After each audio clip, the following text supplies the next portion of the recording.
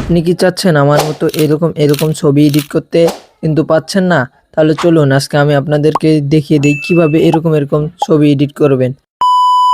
তো সর্বপ্রথম এরকম এডিট করার জন্য আপনারা চলে যাবেন আপনাদের ফোনে থাকা প্লে স্টোরটিতে। তো প্লে স্টোরটি ওপেন করে ফেলেছি কিন্তু আমি এখন এখান থেকে আপনারা কি করবেন, সার্চ বক্সে চাপ দিবেন। এখানে কিন্তু সার্চ বক্সে চাপ দিয়ে এখানে সার্চে লিখবেন জেমিনি, জেমিনি লিখে সার্চ করবেন। তো এই যে উপরে একটা আসছে ওইখানে চাপ দিবেন। এই যে সার্চ দেওয়ার পর দেখবেন এখানে কিন্তু আমার ডাউনলোড করা আছে, সেই জন্য ওপেন দেখাচ্ছে, আপনারা ডাউনলোড করে নেবেন। এখানে ওপেনে চাপ দিলাম, তারপর এরপর কিন্তু আমাকে সেই জেমিনি অ্যাপসটার ভিতরে ঢুকিয়ে দিল। এরপর আপনারা কি করবেন, এখানে উপরে দেখতে পারবেন প্লাস লেখা আছে, ওই যে ওইখানে আপনাদেরকে প্রো লেখা থাকতে পারে, 2.5 প্রো লেখা থাকতে পারে। আপনারা কি করবেন 2.5 ফ্লাশ করে দিবেন।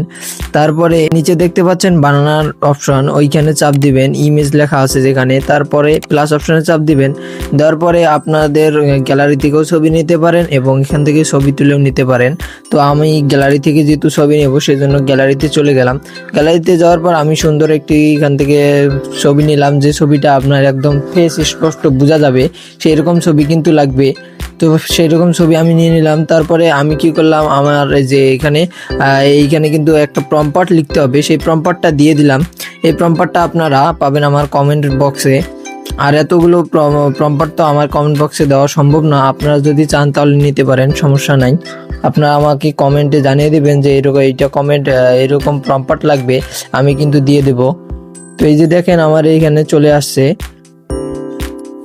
এই যে দেখেন কত রিয়েলিস্টিক একটা ছবি হয়েছে। এরকম আপনিও কিন্তু বানাতে পারবেন।